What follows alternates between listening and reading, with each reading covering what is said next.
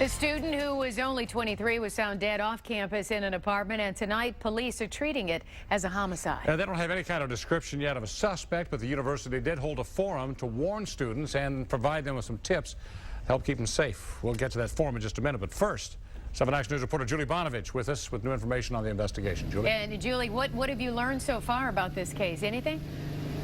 Carolyn and Stephen, we just learned maybe a half hour ago that the reason police went to Julia Niswinder's apartment in the first place is for a welfare check. Somebody had called them because nobody had heard from the 23-year-old for a few days or seen her. Now, that information comes from Eastern Michigan University's police chief. He says once Ypsilanti police actually got into her apartment, which is just north of campus, they found her dead around 9:30 last night. Now, police have only called the death suspicious. They won't release any other details like her cause of death.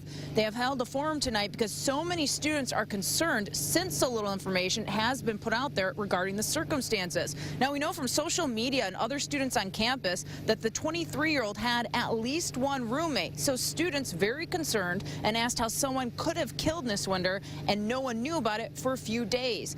Just so many questions out there, police trying to answer them here tonight. Niswinder was a communications major here at EMU, on track to graduate next year. She started the university after completing community college. Her family, they're still living in Monroe. Now, she also has a twin sister. Campus police and university officials gave their condolences tonight and urged students to take extra precautions.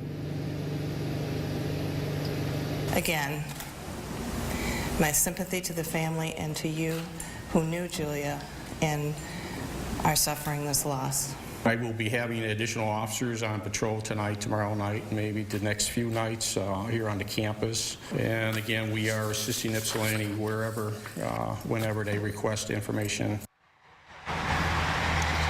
Heard from EMU's police chief Bob Hayes. Him saying that they'll put extra patrols around campus for the next few days. Still no suspect description out there from police. That's still worrying a lot of students here because they don't know who to watch out for or if that person is armed and dangerous. We were told tonight that the autopsy on Niswinder was completed late this afternoon, but results won't be known yet for a couple of days.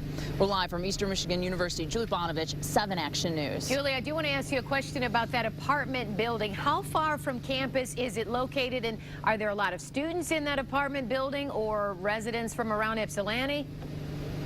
There are a lot of students here, and actually that was a big concern for students tonight because there are so many students out there on campus. They would like university officials to patrol that area just as well. It's someplace that students can walk to, but university officials saying that that's something the city would have to put extra patrols on since it's on city property. All right, thank you so much, Julie, for the extra information.